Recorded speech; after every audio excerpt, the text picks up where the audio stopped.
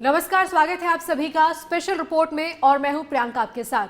आज हम बात करेंगे स्पेशल रिपोर्ट में 135 साल पुरानी पार्टी की कमजोरियों का, यानी कांग्रेस जिस रास्ते पर आज चल पड़ी है उसमें कई बड़े नेता कांग्रेस से नाराजगी जाहिर कर चुके हैं, कांग्रेस की कमजोरियों को खुलेआम जाहिर कर रहे हैं। बल्कि अब तो पी चिदम्बरम, कपिल सिब्बल के नाम, गुलाम नबी आजाद का नाम भी इसी कड़ी में जुड़ गया है। रिट्रोस्पेक्शन का ये मतलब नहीं है कि सोनिया गांधी के खिलाफ कोई, रिट्रोस्पेक्शन का ये मतलब नहीं है कि राहुल गांधी को खराब है। रिट्रोस्पेक्शन का यही मतलब है कि अगर हम बिहार में हारे तो क्यों हारे।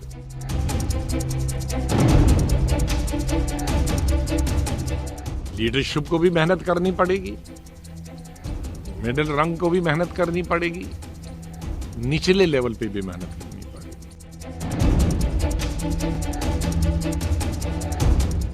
जो लीडर चुन के आए उनको ये 5 स्टार कल्चर छोड़ देना पड़ेगा। राज्य दर राज्य, चुनाव दर चुनाव, हार हार और सिर्फ हार। देश की सबसे पुरानी पार्टी कांग्रेस अपने सबसे बुरे दौर से गुजर रही है। अपनी आंखों के सामने दिन ब दिन खत्म होती जा रही पार्टी को कांग्रेस के ही पुराने और वरिष्ठ नेता देख नहीं पा रहे हैं। यही कारण है कि एक के बाद एक कांग्रेस के नेताओं का दर्द फूट फूट कर सामने आ रहा है। पहले कपिल सिब्बल और अब गुलाम नबी आजाद ने खुलकर पार्टी के अंदर कुछ भी ठीक न होने की बात कह दी है। कपिल सिब्बल के बाद गुलाम नबी आजाद ने मुखर होकर माना कि कांग्रेसी नेताओं का जमीन से संपर्क टूट गया है। 72 सालों में कांग्रेस अपने सबसे निचले पायदान पर पहुंच गई है। ब्लॉक लेवल के इलेक्शन हूँ कांग्रेस पार्टी के, 12,000 ब्लॉक हैं, उनमें अधिकतर खाली है। तो कहाँ हम बिहार में जीत के आ जाए। इतने डिस्ट्रिक्ट्स है, शहर की अलग कमेटियां हम लोग, वो अधिकतर आधे से ज्यादा खाली है, तो कहाँ हम जीत के आ जाए। अब आज हम सबसे लोवेस्ट तो है कांग्रेस, इससे तो कभी नहीं जाई। पिछले 2 टर्म से लोकसभा में पहली दफा इंडिपेंडेंट इंडिया में कांग्रेस का लोकसभा में लीडर अपोजिशन नहीं बना। तो उसका मतलब है कि 72 साल में हम सबसे नीचे नंबर पे, स्तर पे आ गए हैं। बिहार चुनाव में खराब प्रदर्शन करने के बाद कांग्रेस पार्टी पर सवाल उठने लगे थे। कुछ आरजेडी नेताओं ने भी महागठबंधन की हार के पीछे कांग्रेस नेतृत्व पर ठीकरा फोड़ा था। इसके बाद से ही एक बार फिर कांग्रेस से सवाल पूछे जाने लगे थे कि आखिरकार उनकी हर राज्य में हार क्यों हो रही है। आखिर जिस राज्य में मुख्यमंत्री के खिलाफ एंटी इनकम्बेंसी हो, उस राज्य में भी कांग्रेस का उदय क्यों नहीं हो पाया। गुलाम नबी आजाद ने इसके पीछे खराब ऑर्गेनाइजेशन को जिम्मेदार ठहराया। उन्होंने कहा कि ऐसा नहीं है कि नेतृत्व में बदलाव कर देने से पार्टी ठीक हो जाएगी। गुलाम नबी आजाद ने कहा कि हमें ऊपरी स्तर पर, मिडिल स्तर पर और जमीनी स्तर पर बदलाव करने की जरूरत है। लीडरशिप को भी मेहनत करनी पड़ेगी, मिडिल रंग को भी मेहनत करनी पड़ेगी, निचले लेवल पे भी मेहनत करनी पड़ेगी। एक अगर वो कहेगा कि सब लीडरशिप होगा, तो अगर कल आप राहुल गांधी को चेंज करोगे, सोनिया गांधी को बनाओगे, गुलाम नबी बनाओ, कपिल सिब्बल बनाओ, आनंद शर्मा को बनाओ, दूसरे किसी को बनाओ, उससे चेंज नहीं होगा। सिस्टम को चेंज करने की जरूरत है। आदमी से चेंज नहीं होता है, सिस्टम को चेंज करना। बीजेपी की एक एडवांटेज है, उसमें अटल जी हों, अडवाणी जी हों, मोदी जी हों, एक सिस्टम है।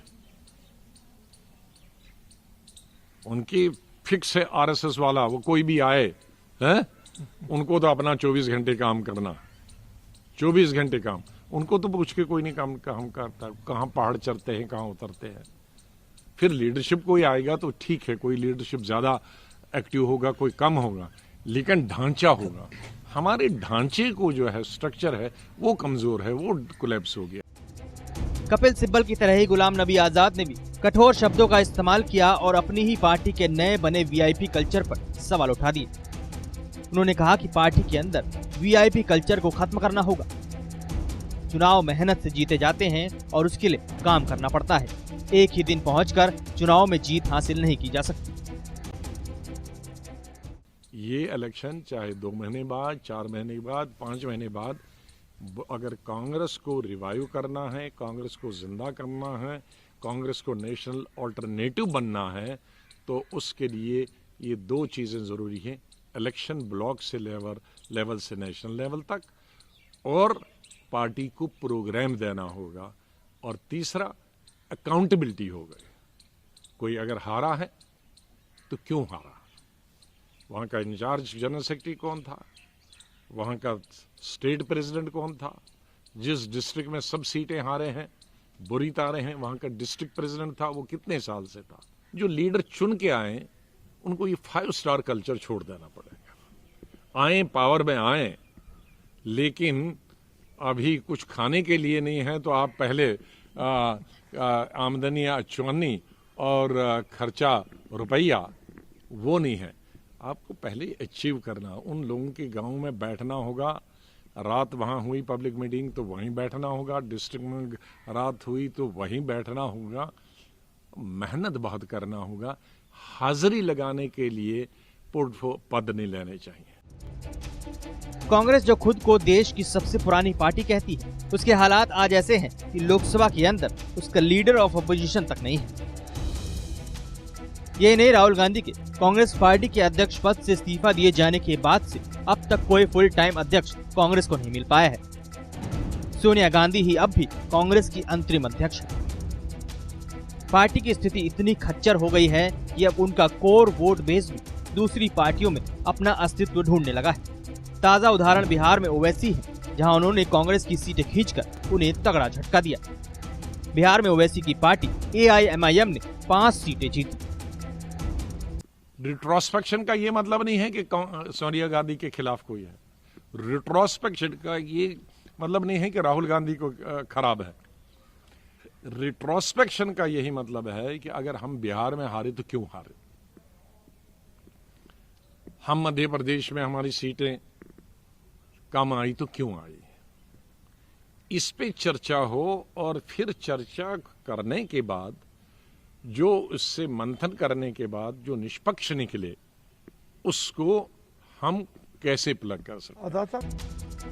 कांग्रेस नेतृत्व अपनी पार्टी को लेकर कितना फिक्रमंद है, इसका अंदाजा तो इसी बात से लगाया जा सकता है कि बिहार चुनाव में करारी हार के बावजूद अब तक पार्टी के शीर्ष नेतृत्व ने हार पर मंथन करने के लिए एक भी मीटिंग नहीं बुलाई। हार किन कारणों से हुई, इस पर कोई चर्चा तक नहीं हुई। वहीं एक तरफ जहां बीजेपी बिहार फतेह के बाद पश्चिम बंगाल और तमिलनाडु के विधानसभा चुनाव में अपना परचम लहराने के लिए अभी से ही कमर कस चुकी है, वहीं राहुल गांधी और सोनिया गांधी गोवा में छुट्टियां मना रहे हैं। कांग्रेस का हाल ये हो चला है कि हर चुनाव में मिली हार के बाद कांग्रेस और कमजोर हो रही है। अब तो आवाज ये भी उठने लगी है कि पार्टी में फिर से राहुल गांधी को अध्यक्ष का पद संभालना चाहिए और बड़े पुराने नेताओं को पार्टी से बाहर किया जाना चाहिए। लेकिन क्या इतना आसान होगा कांग्रेस के लिए इस रास्ते पर चलना? क्या गांधी परिवार से ऊपर उठ पाएगी कांग्रेस? ऊपर का नेतृत्व तभी ठीक होगा जब राहुल गांधी जी अध्यक्ष बनेगा। क्या कांग्रेस खत्म होने की कगार पर पहुंच गई है? सिर्फ बातों में काम नहीं बनेगा, काम करने के बाद कुछ बात करो। आखिर एक मत क्यों नहीं है कांग्रेसी नेता? हम सब जिम्मेदार हैं। पूरी कांग्रेस पार्टी की जो लीडरशिप है और जो कार्यकर्ता हैं, सभी लोग हम लोग जिम्मेदार, सामूहिक जिम्मेदारी है और इसको सुधारने की कोशिश करनी चाहिए।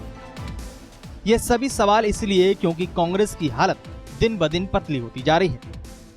जिस कांग्रेस पार्टी की मजबूत इमारत चुनाव दर चुनाव हारकर कमजोर हो गई थी, उसी नींव पर अब कांग्रेसी नेताओं के बयान हथौड़ी की तरह काम कर रहे हैं।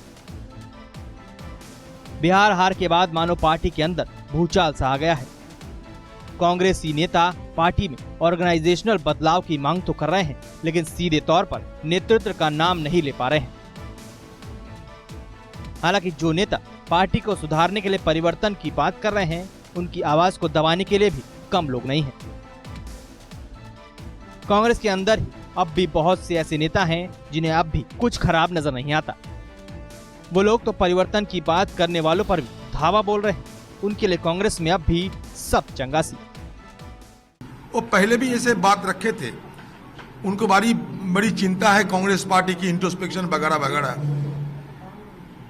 लेकिन बिहार चुनाव, मध्य प्रदेश की चुनाव, गुजरात चुनाव, कहीं भी चुनाव हुए हैं, यूपी चुनाव, कहीं भी कपिल सिब्बल की सूरत हम लोग नहीं देखा। अगर अपने बलबूतों से कपिल सिब्बल बिहार में चले जाते, मध्य प्रदेश में चले जाते, तो खुद को साबित कर सकते कि देखो मैं जो कह रहा हूं ये सही है। इंट्रोस्पेक्शन करना जरूरी है, इसलिए कि मैं कपिल सिब्बल बिहार में आकर कांग्रेस पार्टी की झंडा को हम ताकतवर कर दिए हैं। महाराष्ट्र, मध्य प्रदेश में गए हैं, गुजरात में हम जाके कांग्रेस पार्टी को और हम आम लोगों के अंदर इनकी पकड़ को हम बढ़ाए हैं। सिर्फ बातों में काम नहीं बनेगा, काम करने के बाद कुछ बात करो। कांग्रेस पार्टी के अंदर इस वक्त एक परेशानी नहीं है, बल्कि परेशानियों का अंबार है। कांग्रेस के अंदर ही अध्यक्ष पद को लेकर भी अलग अलग राय है। कोई सोनिया गांधी को अध्यक्ष बनाना चाहता है, तो कोई राहुल गांधी को फिर अध्यक्ष पद पर देखना चाहता है, तो वहीं कुछ लोग नए विकल्प की भी बात करते हैं। कांग्रेस नेता संजय निरुपम ने तो गुलाम नबी आजाद पर तंज कसते हुए यहाँ तक कह दिया कि राहुल गांधी को फिर से अध्यक्ष बनाया जाए और पुराने लोगों को बाहर का रास्ता दिखाया जाए। संजय निरुपम ने कहा कि युवा लोगों की भर्ती हो जो मेहनत से काम करें। तभी ठीक होगा जब राहुल गांधी जी अध्यक्ष बनेंगे। मैंने पहले भी मांग की और आज फिर कह रहा हूं कि इस समय कांग्रेस पार्टी का अध्यक्ष बनने के लिए राहुल गांधी के अलावा और कोई नेता नहीं हमारे पास।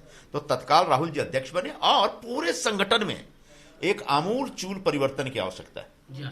जो बहुत सारे पुराने लोग हैं ना, उन सबको नमस्कार किया जाए। बोले आपने बहुत काम कर लिया, अब आप थक गए हैं, अब रहने दीजिए। नए एनर्जेटिक और मेहनती लोगों को संगठन में लाया जाए, उनको एक पोजीशन दी जाए। कहा कि हम सब में कुछ न कुछ कमी है और उस कमी को दूर करना चाहिए, बजाय इसके कि हम एक दूसरे पर इल्ज़ाम थोपें कि इस वजह से ये हुआ या उसके लिए कोई व्यक्ति विशेष जिम्मेदार है। हम सब जिम्मेदार हैं। पूरी कांग्रेस पार्टी की जो लीडरशिप है और जो कार्यकर्ता हैं, सभी लोग हम लोग जिम्मेदार हैं। सामूहिक जिम्मेदारी है। कांग्रेस वैसे कहने के लिए तो राष्ट्रीय पार्टी है, हालांकि उसका प्रदर्शन देश भर में जैसा पिछले 6 सालों में रहा है, वो एक क्षेत्रीय पार्टी से भी गया गुजरा है।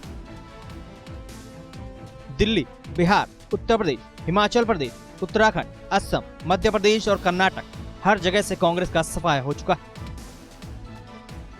महाराष्ट्र में कांग्रेस गठबंधन करके सरकार में है, हालांकि वहां उनका रोल ना के बराबर ही है। झारखंड में भी जेएमएम के साथ कांग्रेस सरकार में है, हालांकि वहां भी सबसे ज्यादा सीटें जेएमएम पार्टी ने ही जीती थी। राजस्थान में कांग्रेस की सरकार है, जो बड़ी मुश्किल से अपने ही नेताओं के बागी होने के बाद भी लड़खड़ा कर चल रही है। सिर्फ पंजाब और छत्तीसगढ़ ही ऐसे राज्य हैं जहां कांग्रेस ने अपने दम पर चुनाव लड़ा है और जीता है। गुलाम नबी आजाद ने कांग्रेस की हार के पीछे खराब ऑर्गेनाइजेशन होना बताया था। इधर बीजेपी नेता गोपाल कृष्ण ने कहा कि यह गांधी परिवार की ही साजिश थी, जिसके चलते उन्होंने सिर्फ अपने परिवार को ही मजबूत किया, पार्टी को नहीं। देखिए, कांग्रेस एक डूबता हुआ जहाज बनता जा रहा है और लीडरशिप को बिल्कुल ध्यान नहीं है।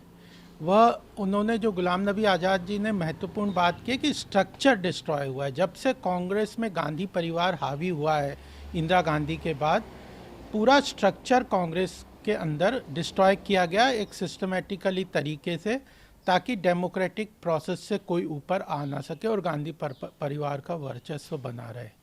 और यह बात जब तक नहीं समझेंगे और एक्सेप्ट करेंगे बाकी के लोग, क्योंकि गांधी परिवार खुद नहीं करने वाला ये, उनका तो इंटरेस्ट इन्वॉल्व है। सत्ता का उसूल है, जो पार्टी सत्ता पर बैठती है वो और ताकतवर होने की हर मुमकिन कोशिश करती है। विपक्षी का काम होता है सत्ता पर काबिज पार्टी को जमीन पर लाना और उनके कदमों की आलोचना कर जनता को सच्चाई बताना। अब सत्ता पर जो पार्टी काबिज है वो तो अपना काम बखूबी कर रही है, हालांकि धीरे धीरे खत्म होती कांग्रेस अपने विपक्षी होने का दायित्व भी नहीं निभा पा रही। सच्चाई यही है कि कांग्रेस का ना तो नेतृत्व मजबूत है और ना ही नीचे की लीडरशिप। बहुत जल्द अगर कांग्रेसी नेताओं ने सिर्फ उठव्वल को छोड़कर पार्टी को मजबूत करने के लिए काम नहीं किया, तो 135 साल पुरानी कांग्रेस का अंत तय है। कांग्रेस में जिस लीडरशिप को बैठकर विचार करना चाहिए, मीटिंग करनी चाहिए, नेताओं से पूछना चाहिए कि हाल की जिम्मेदारी किसकी है, वही टॉप लीडरशिप इन दिनों छुट्टियां मना रही है। गोवा में पहुंचे सोनिया राहुल गांधी अपने पीछे उन नेताओं का फुटबॉल छोड़ गए हैं जिसकी वजह से कांग्रेस के अंदर संगठन पर सवाल खड़े हो रहे हैं। आपको दिखाते हैं रिपोर्ट के जरिए पिछले 6 साल में कांग्रेस कैसे डूबती नजर आ रही है। पार्टी की हार पर मंथन क्यों नहीं? आखिर कहां है कांग्रेस की टॉप लीडरशिप? क्या छुट्टियां मनाने से मजबूत होगी पार्टी? 135 साल पुरानी कांग्रेस पार्टी की राजनीतिक इमारत जमींदोज होने की कगार पर है, लेकिन उसके अंतरिम अध्यक्ष और पूर्व अध्यक्ष गोवा में छुट्टियां मनाने में व्यस्त हैं। जिनके कंधों में ग्रैंड ओल्ड पार्टी का भार है, वो चुनावी हार पर मंथन को छोड़कर गोवा में हॉलिडे एंजॉय कर रहे हैं। ऐसे में पार्टी का बंटाधार क्यों हो रहा है, उसे समझना मुश्किल भी नहीं है। कांग्रेस की लीडरशिप पूरी तरह नदारद है।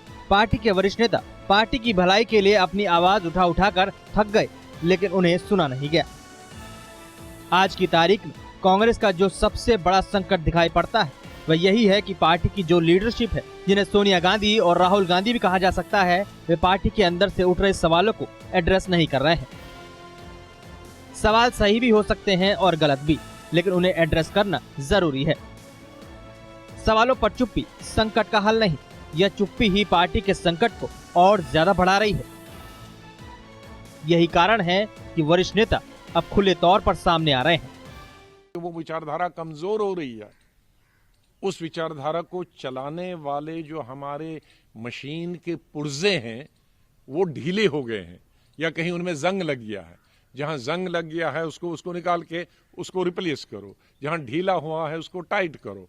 तो हम वो काम कर रहे हैं, एक मैकेनिक का काम कर रहे हैं कि ड्राइवर को बता रहे हैं कि आपकी गाड़ी इसलिए नहीं चल रही है, आपकी गाड़ी के कुछ पुर्जे खराब हो गए हैं, उनको जंग लग गया है, रस्ट लग गया है, लेकिन चलाओ मत, ये चलेगी नहीं, ये बड़ी धीमी चीज चलेगी और इससे 130 करोड़ वाली गाड़ी नहीं चल पाएगी।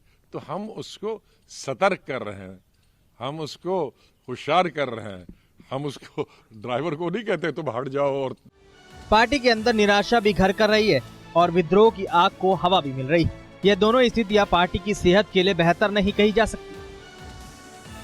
निराश सेना से कभी विजय की उम्मीद नहीं की जा सकती है और विद्रोही तेवर वाली सेना कभी तसल्ली बख्श नहीं हो सकती। दिल्ली से लेकर अलग अलग राज्यों तक कांग्रेस के जो नेता फैले हुए हैं, अगर उन पर एक नजर डाली जाए तो साफ दिखता है इस वक्त पार्टी 3 खेमों में बटी हुई है। एक खेमा उन नेताओं का है जिन्हें सही गलत हित अहित से कोई मतलब नहीं है। वे चौकस बस यह देखने को रहते हैं कि कहीं कोई आला कमान पर अंगुली न उठाने पाए, और जैसे ही उन्हें कहीं से ऐसा होता प्रतीत होता है वह उस शख्स पर टूट पड़ते हैं। उन्हें यह मौका अपनी वफादारी दिखाने के लिए मिल जाता है। यहीं से आला कमान की चुप्पी को एक और कवच मिल जाता है। दूसरा ये कहते हैं कि हम तो मैकेनिक हैं, तो ड्राइवर को गाड़ी चलानी है, मगर ड्राइवर तो तभी गाड़ी चलाएगा अगर मैकेनिक सही से उसको ठीक करेगा। अगर हम सब मैकेनिक हैं, पंचायत से लेकर पार्लियामेंट तक हम मैकेनिक हैं, अगर हम गाड़ी को ठीक नहीं करेंगे, उसके पुर्जे को बदलेंगे नहीं, तो कैसे ड्राइवर कैसे चलाएगा? तो अपनी अपनी जिम्मेवारी समझनी चाहिए सारे को। इस तरह के मामलों पे चर्चा अगर करनी है तो पार्टी फोरम पे होनी चाहिए। मीटिंग समय समय पे होती रहती है, वो स्वयं कई मीटिंगों के महत्वपूर्ण मीटिंगों में के हिस्सा है, कमेटियों के हिस्सा है, तो उनमें सब चर्चा की जा सकती है। और मीडिया के सामने जाने के बजाय ये पार्टी का निर्णय भी है, जो सबको मालूम है कि पार्टी का निर्णय ये कि खुल के बात अपनी की जा सकती है, लेकिन वो पार्टी फोरम पे की जा सकती है। पार्टी के अंदर ही दूसरा खेमा उन नेताओं का बन चुका है जिन्होंने खुद को नाव पर सवार मान लिया है और यह धारणा बिठा ली है कि नाव का जो हश्र होगा वही उनकी तकदीर है। बहुत उछल कूद करने से कोई फायदा नहीं। तीसरा खेमा उन नेताओं का है जो कुंठित महसूस कर रहे हैं कि आखिरकार इतना सब कुछ हो गया इसके बावजूद भी कोई कुछ प्रतिक्रिया क्यों नहीं दे रहा है? यही वे लोग हैं जो जब तब सवाल उठा रहे हैं। उन्हीं में से एक है कपिल सिब्बल, गुलाम नबी आजाद, पी चिदम्बरम और वो सभी नेता जिन्होंने सोनिया गांधी को बदलाव के लिए लेटर लिखा था। इसको रीवेटलाइज करने की जरूरत है और रीवेटलाइज के लिए आपको नए फार्मूले की सोचने की चाहिए। नए फार्मूले का मतलब है कि भाई आपने 20-30 साल से इलेक्शन नहीं किए हैं, इलेक्शन करो, अपने आप से एक नया चीज आ जाएगी कि नहीं हुई है 30 साल के बाद, 25 साल के बाद। ऐसा नहीं कि सोनिया जी के बरकत से, उनसे पहले से भी 2 प्रेसिडेंटों ने कोई इलेक्शन नहीं कराए हैं। मैं उन्हीं को दोष नहीं हूँ, 2 प्रेसिडेंट हो ना, तकरीबन 30 साल से इलेक्शन नहीं हुए। तो जब 30 साल के बाद इलेक्शन होगा तो जो चुनाव होगा वो 12,000 लोग ब्लॉकों में, वो तकरीबन 1,000 लोग डिस्ट्रिक्टों में, वो एकदम हो जाएंगे, सब सतर्क हो जाएंगे। स्टेट प्रेसिडेंट इलेक्टेड होगा, जिन लोगों ने उसको चुना होगा तो वो उसके पीछे लगेंगे, भाई हमने चुन के दिया है, काम करो, नहीं तो हटा देंगे। इमारत हमेशा नींव पर खड़ी होती है। नींव के कमजोर होते ही इमारत टेढ़ी मेढ़ी होने लगती है और अंत में गिर जाती है। कांग्रेस का हाल भी ऐसा ही है। सही लीडर न होने की वजह से कांग्रेस पार्टी की सियासी इमारत साल दर साल कमजोर होती गई। 1 साल से ज्यादा का वक्त हो गया, पार्टी अंतरिम अध्यक्ष के भरोसे ही चल रही है, लेकिन वो अंतरिम अध्यक्ष भी कारगर साबित होती नहीं दिख रही हैं।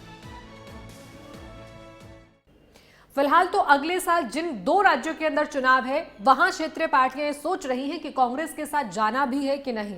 कांग्रेस के साथ गठबंधन करना फायदेमंद होगा या घाटे का सौदा साबित होगा। तमिलनाडु, पश्चिम बंगाल दोनों जगह पर यह सिलसिला शुरू हो गया है, लेकिन क्या आने वाले समय में कांग्रेस इस स्थिति से बाहर निकलेगी, इस पर भी सबकी नजर है।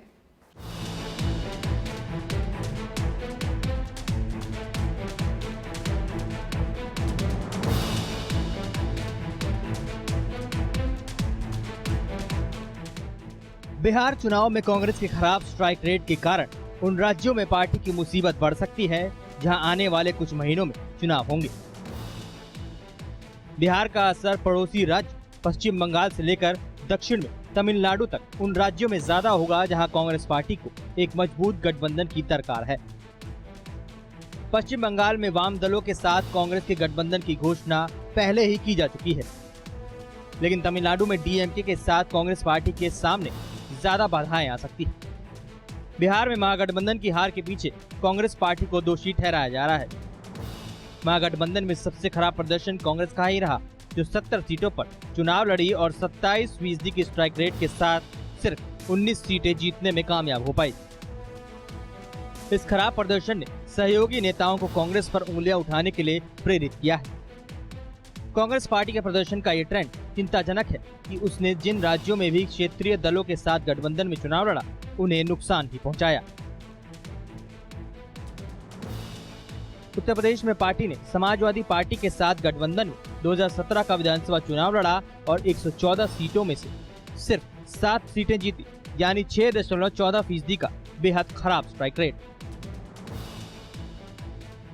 पिछले साल हुए महाराष्ट्र विधानसभा चुनाव में कांग्रेस पार्टी 147 सीटों पर चुनाव लड़ी थी। कांग्रेस ने यहाँ सिर्फ 44 सीटों पर चुनाव जीता। यहाँ कांग्रेस का स्ट्राइक रेट रहा 29.93%। यही कारण है कि दूसरे राज्यों के नतीजों के साथ साथ बिहार चुनाव में जो नतीजे आए, उसका असर तमिलनाडु में डीएमके कांग्रेस के गठबंधन पर पड़ने की संभावना है।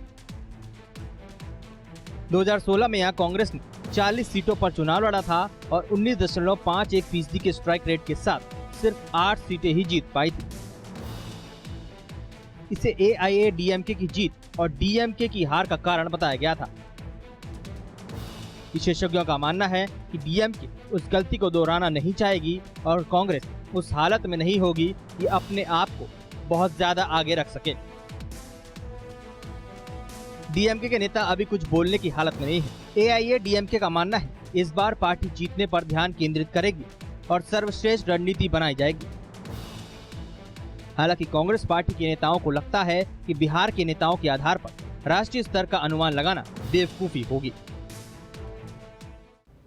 ऐसा नहीं कि कांग्रेस के पास नेता नहीं है, बल्कि इस समय नेताओं के बीच में ही आपसी समझ इस तरह की हो गई है कि संगठन पर सवाल खड़े करने से भी नेता गुरेज नहीं करते हैं, बल्कि संगठन के अंदर होने वाले चुनावों में जो टालमटोल हो रही है उससे नेताओं की नाराजगी और बढ़ रही है। देखना होगा कांग्रेस इस स्थिति से आखिर बाहर कैसे निकलती है। फिलहाल आज के लिए इतना ही, फिर हाजिर होंगे। नमस्कार।